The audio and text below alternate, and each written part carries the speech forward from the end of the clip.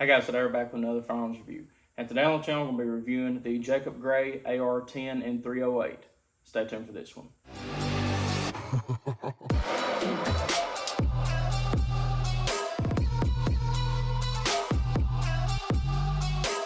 Alright guys, we're back.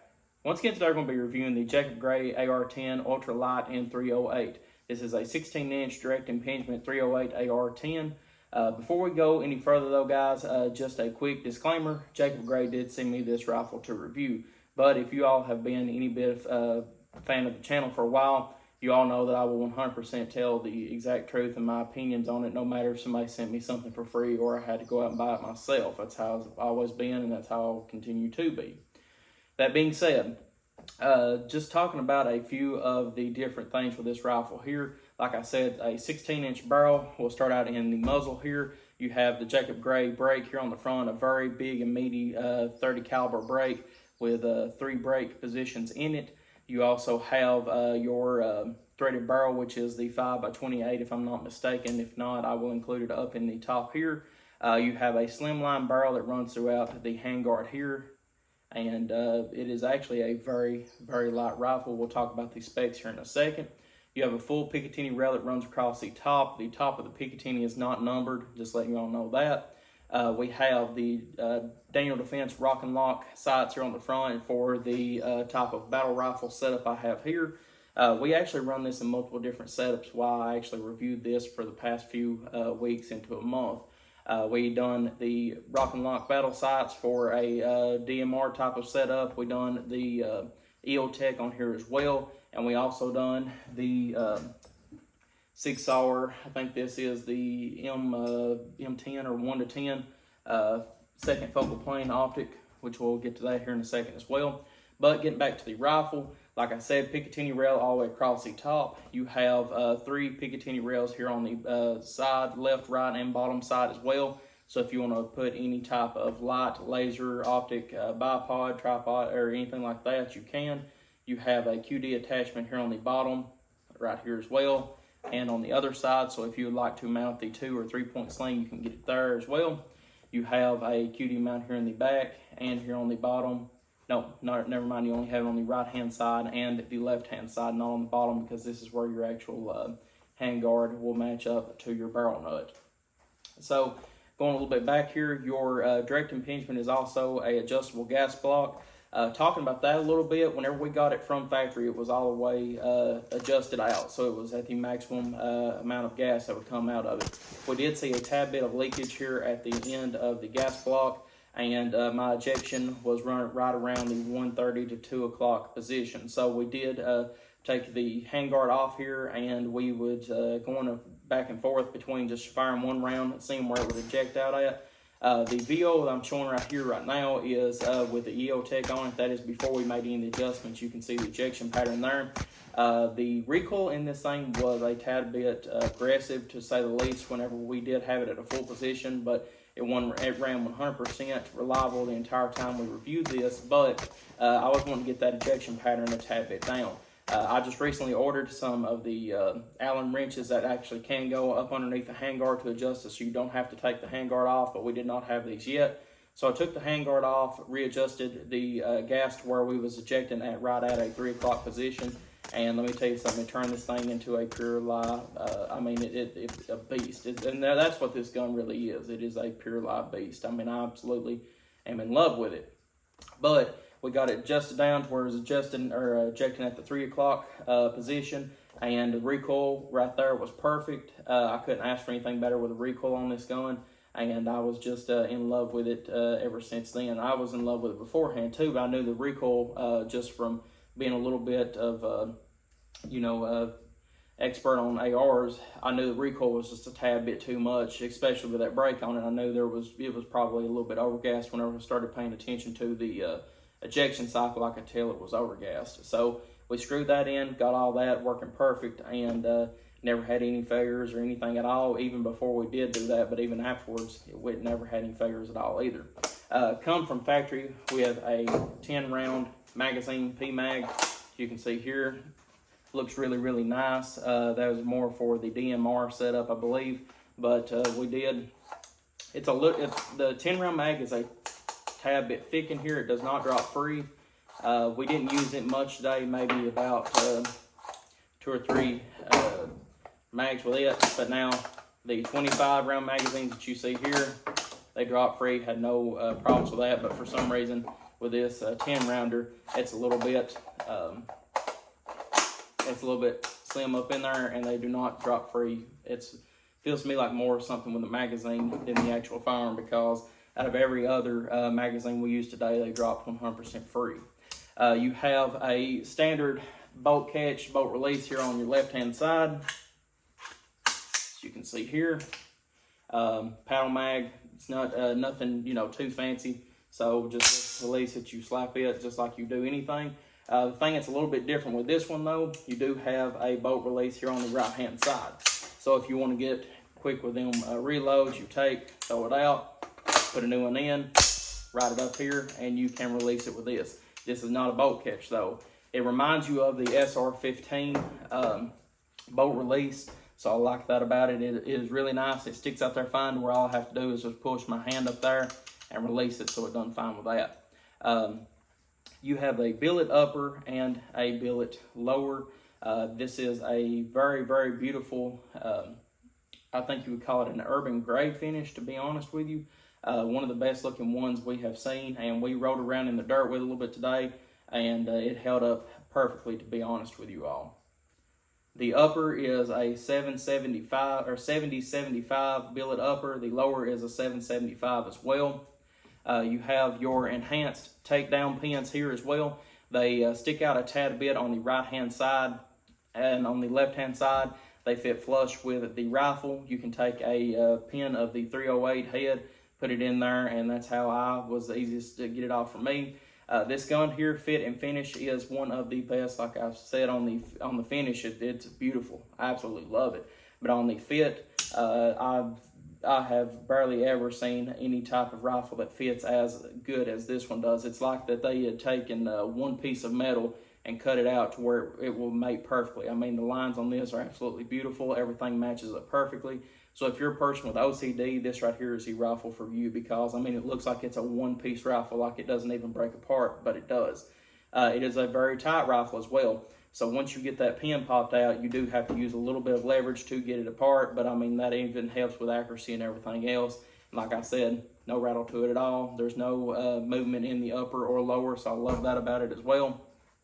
You have a very, very flared magazine well here for quick magazine insertions. It has got a pretty decent taper on the front side of it as well, so if you want to rock it in, you can, or come in from the side or straight up, either one. You have a good lip here as well if you're one of them people that like to hold the mag well and bring it out and shoot it like that. I'm more of a C-clamp grip. I know there's a lot of stuff going on right now online about people saying the C-clamp is not useful or whatever else. I still like it. It works good for me. I've never been one to hold the mag well, but it's good to see that it has indentions here to where your fingers and hand can fall into place, and you can get a very good grip on it. Moving back, you do not have a forward charging not handle, but a forward assist. I like that about it. The original AR-15s and AR-10s did not have a forward assist on it, and I don't believe that they need one. If that round does not want to go into the chamber, there's a reason for it. So that even cuts down a little bit on the weight, not having to have that on there. And then plus two, to me, it makes the rifle look even better. Your bolt carrier group is a very, very huge piece of metal. I mean, it is absolutely huge. In comparison, the bolt carrier group is the same as in an LMT or Arrow Precision, whatever else you use. It is a fully automatic bolt carrier group, which I like that about it as well. Moving on back to the trigger, it is the newest generation of the Jacob Gray signature trigger. It is a 3.5 pound non-adjustable drop-in system. So very, very nice overall. To be honest with you guys, this is the best trigger I've ever felt in any type of AR-15 or AR-10 on the market. Your take up was little to none once you reach that. Once you reach that break there, I mean, it breaks like a piece of glass. I'm serious. I've never really, even out of the most expensive Geisleys I own, which is the ALGs and all that, this trigger here, it's like it's pushing your finger forward. As soon as that round goes off, you're right there, right back on the wall. I mean, like I said, I can't speak highly enough for that trigger because it's what this rifle needs. But at the same time, it's one of the best. Like I would love to buy one of their triggers just to put in my other AR-15s I've got at the house. This trigger is so good. It beats every single Geisley I've ever had. I mean, and that says something because I've had a lot of Geisleys. I even personally messaged the media guy just to ask them about the trigger because it was one of the best I've ever felt. The trigger guard here is a little bit pronounced, so you can put a fingered glove in there or a gloved finger in there very easily. You have cutouts here to take out some of the weight as well. Your safety here is a 45-degree throw level, which is ambidextrous as well. You have the safety here, fire here, so it goes very quickly. You can actuate it with either hand. I like doing the safety on with my thumb, safety off with my forehand right here or my index finger. Going down from that, you have the Salt Mod B5 Systems grip. Feels really good in the hand and fits perfect with this rifle here. On the back here, you have the ambidextrous charging handle, which they call the Falcon. Very, very nice and very pronounced. You can get a really good grip on it as well, and the back of it is serrated, so whenever you need to charge that thing, you can go to town and get it charged. Also, as well, talking about the twist rate in the barrel, it is a 1 in 10 twist. The handguard is the Jacob Gray 10 free-floated handguard. Your weight on this rifle overall is 8 pounds and 11 ounces, which is very, very light for an AR-10. I mean, it's one of the lightest I've ever felt. Your MSRP on this rifle is $21.99.99, so you're looking at a $2,200 rifle, and the overall length of it is 39 inches. Moving back here a tad bit, you also have the B5 Salt Mod stock on it, which is one of the best stocks on the market right now. I absolutely love it as well. We had no problems at all with it today. So stepping into the actual shooting part of the review, we've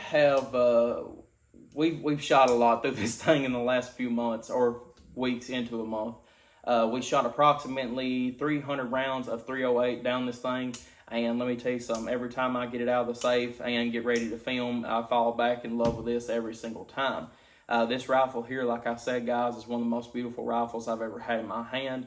And just the way this shoots, you can feel the power behind it, especially that 3-brake muzzle brake on it. And it just shoots absolutely perfect. Your muzzle recoil, everything like that works fine with it. Now that we got everything adjusted with the adjustable gas block. Recoil, like I said, though, is very soft for .308, especially one as light as this. I've had heavier .308s that don't recoil as soft as this one, if that says anything to you. Just everything with this rifle is absolutely beautiful. Everything that we have shot with this today in the DMR configuration shot perfect. We had perfect accuracy every single time. This gun is 100% a lot more accurate than I am. We also set this up in the designated marksman setup with the 6-hour 1 to 10 first or second focal plane low power variable optic. We had some very good groups with that. At 100 and I think was at 150 yards, it held a 1.1 MOA. So that was a very good grouping for just this ball ammunition that we was using. We was just running 180 grain or 100 or M80. 150 grain, if I'm not mistaken. So that 1 in 10 twist barrel was doing really well with that ammunition there, especially it just being mil-spec ammunition, nothing really, going for accuracy shots or anything like that. So it blew my mind with how accurate this gun is, especially for that barrel being a low profile or a lightweight barrel profile. Just a very, very nice rifle. Overall, though, guys, I'm absolutely in love with this, and if you're looking for one of the best AR-10s on the market that I've seen so far, check out Jacob Gray because, like I said, it is one of the best I have seen so far, and I'm absolutely in love with this rifle. I told the media guy that, if I didn't like the rifle, I would 100% be giving my honest opinion on everything, and he said, to be honest with you, he said, we're very, very confident in this rifle and what you will think about it. And that's why we don't have any problem at all with you reviewing it and giving your honest opinion, because we feel like you will absolutely love it, and I do. I'm trying to think of anything, if there's a con about this. And to be honest with you guys, I really don't see a single con, and that's really that's really strange for my channel, because most of the time I can at least point one thing out that I would change different here or there. And guys, to be honest with you, there's not a single thing that I would have changed with this rifle, because it's absolutely perfect for me. There's nothing else at all that I could have changed on this to make it any better for me setup or anything like that. Just nitpicking, really. I can't even find nothing. I mean, it's about maybe speechless, to be honest with you guys. One of the absolute best rifles I've ever shot yet, and I'm absolutely in love with this rifle. But guys, if you're any bit interested in picking up an AR-10 308, I 100% recommend this Jacob Gray AR-10. Like I said, guys, I think for this money that you will put into this, the $2,200, I think that's actually absolutely a very good deal for this rifle. Just everything from the trigger, which it's got the trigger in it, to me, guys, feels like a $300 trigger. I don't know how much they sell for. I haven't checked in on that. But overall, though, guys, the trigger is amazing. I love the ambidextrous 45-degree safety lever. Everything, like I said, guys, you're getting nothing but quality out of this. The mating up with the upper and the lower, perfect. The fit and finish, perfect. There's nothing at all that I could throw off on this rifle. And I'm sitting here trying to think right now if there's anything at all that I would change any bit on this, and there's not. It's 100% one of the most perfect rifles I've ever shot, and that's 100% the truth. Even at Center Target Firearms and Range, they was reaching out to me and they said, "Hey, you know, we seen that rifle that we transferred over for you the other day. You know, what do you think about it so far?" And I told them, I said, "Guys, I said, if I was young, I'd be getting up with Jacob Gray and trying to start selling some of his rifles, because I've had a lot of rifles. I've had a lot of 308s. I've had a lot of AR-10s, and this is one of the best I've seen so far. I think for the money, that $2,200, I think that you are getting everything that you pay for and a little bit more, to be honest with you. I've seen some rifles that are that expensive and more, and you're not getting what this rifle is giving you. Like I said, anything that you can think that needs to be on this rifle, it has, from the adjustable gas block, perfect rail, lightweight, just everything about this rifle screams quality. And like I said, guys, it's one of my favorites, if not my favorite AR-10 I've got in my arsenal right now. And I've got some really expensive rifles, and this one right here has pure lie blown me away. So guys, I can't really speak any higher on this rifle here, just from what we've shot it over this last month and how well it has worked. There's just nothing at all that I can throw off on this rifle. But guys, I appreciate y'all viewing as always, and if it wasn't for you all, we wouldn't have this to review today, and if it wasn't for Jacob Gray, we wouldn't either. So a very special thank you to them, and a very special thank you to you all for viewing as always. So guys, if you have any questions or comments on the Jacob Gray AR-10 308, leave it in the comment section below and get back to you as soon as possible. But once again, thank y'all for viewing as always. Like and subscribe for more gun reviews, and I'll see y'all in the next video.